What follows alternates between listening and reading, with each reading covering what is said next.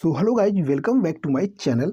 और आज का वीडियो काफ़ी इंपॉर्टेंट होने वाला है अगर आप रेलवे एग्जाम की तैयारी कर रहे हैं। तो आज की इस क्लास में प्राचीन इतिहास के महत्वपूर्ण प्रश्नों को देखेंगे और ये सभी अपडेट परीक्षा की दृष्टि से बेहद महत्वपूर्ण है और आपकी तैयारी के लिए मददगार साबित होंगे। तो अगर आपको वीडियो पसंद आए, अच्छी लगे तो वीडियो को लाइक कर दीजिएगा और साथ ही साथ चैनल को भी सब्सक्राइब कर लीजिएगा, क्योंकि दोस्तों इस चैनल पर आपको रोजाना जो है टॉपिक वाइज क्लास कराई जाती है जो आपके आने वाले सभी आगामी परीक्षाओं के लिए महत्वपूर्ण रहता है। तो चलिए वीडियो को शुरू करते हैं पहले प्रश्न के साथ। चलिए दोस्तों, पहला प्रश्न है, इनमें से कौन सा पाषाण युग के 3 प्रमुख कालों के अंतर्गत नहीं आता है। और हाँ मेरे प्यारे दोस्तों, मेरे आंसर देने से पहले अपना एक आंसर टिक कर लें और लास्ट में कमेंट करके जरूर बताएं कि आपने कितने प्रश्नों के आंसर सही किए हैं। और ये प्रश्न दोस्तों आपके आरआरबी एनटीपीसी 12/3/2021 के फर्स्ट शिफ्ट में पूछा गया प्रश्न है दोस्तों, ठीक है। तो चलिए इस प्रश्न का सही आंसर देने का प्रयास करिएगा। इनमें से कौन सा पाषाण युग के 3 प्रमुख कालों के अंतर्गत नहीं आता है। तो दोस्तों ये ताम्र पाषाण, यानी इस प्रश्न का जो राइट आंसर बनेगा दोस्तों ऑप्शन सी बनेगा।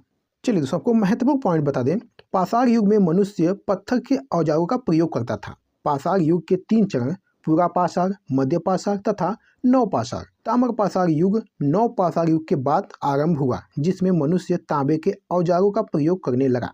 लगभग 5000 ईसा पूर्व में मनुष्य ने सर्वप्रथम तांबा धातु का प्रयोग किया था दोस्तों, ठीक है, ये आपको याद रखना है। चलिए दूसरा प्रश्न देखिएगा दोस्तों, भीमबेटका की गुफाओं की खोज कब हुई थी। बहुत ही महत्वपूर्ण प्रश्न है दोस्तों, भीमबेटका की गुफाओं की खोज कब हुई थी।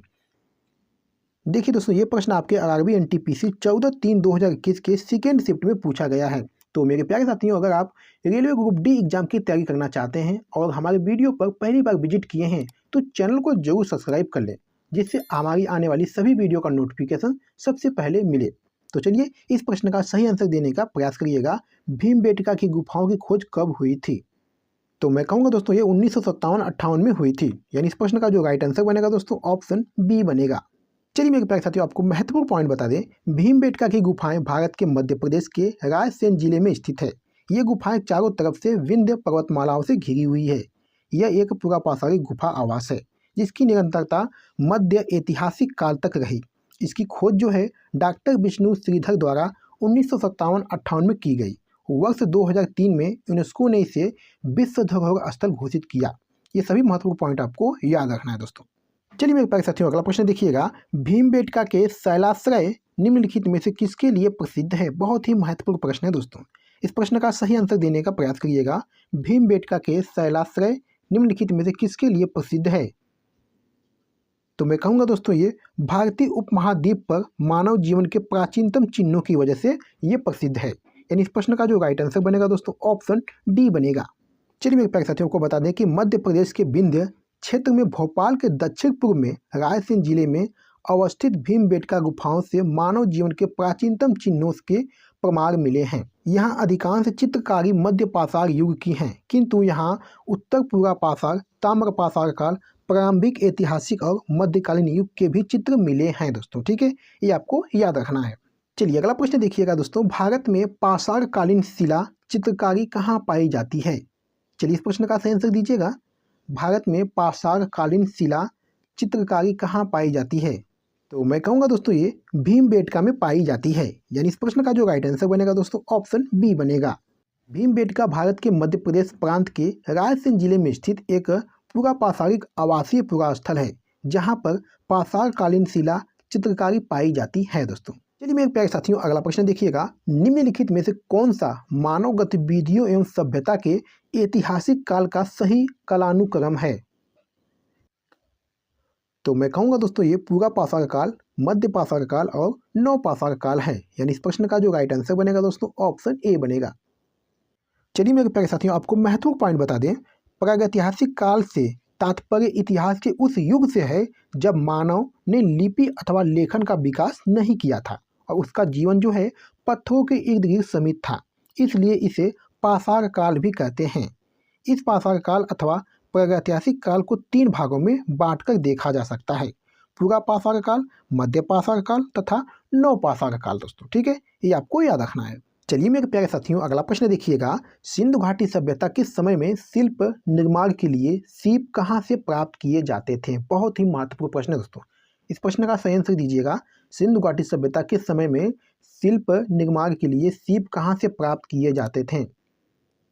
तो दोस्तों मैं कहूँगा ये नागेश्वर से प्राप्त किए जाते थे। यानी इस प्रश्न का जो राइट आंसर बनेगा दोस्तों ऑप्शन सी बनेगा।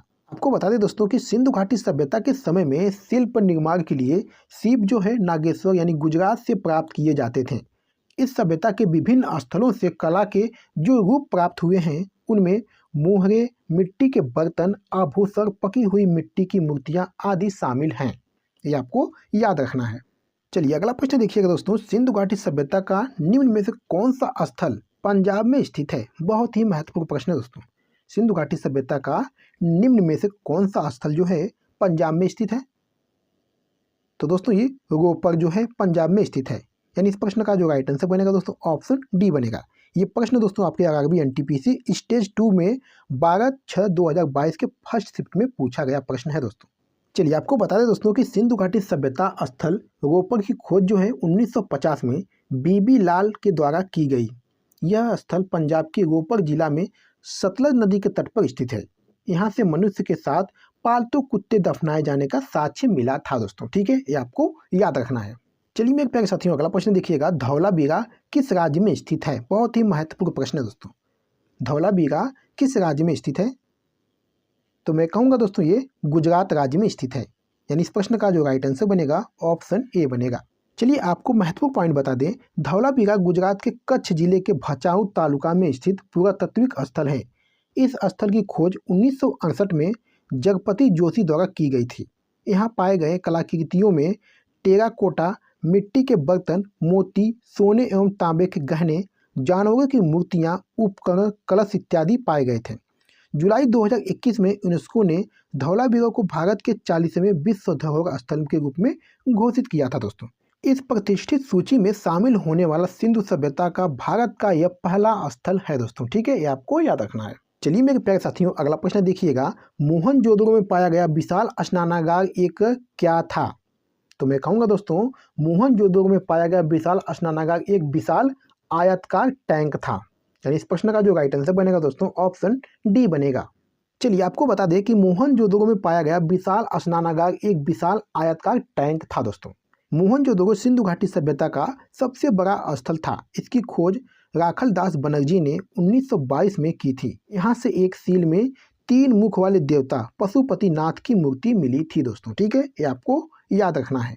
चलिए मेरे प्यारे साथियों इस वीडियो का लास्ट क्वेश्चन है, वर्ष 1920-21 के आसपास किस नदी के किनारे खुदाई के दौरान हड़प्पा शहर मिला था? वेरी वेरी इंपॉर्टेंट क्वेश्चन, बहुत ही अच्छा प्रश्न है दोस्तों। इस प्रश्न का आंसर दीजिएगा, वर्ष 1920-21 के आसपास किस नदी के किनारे खुदाई के दौरान हड़प्पा शहर मिला था?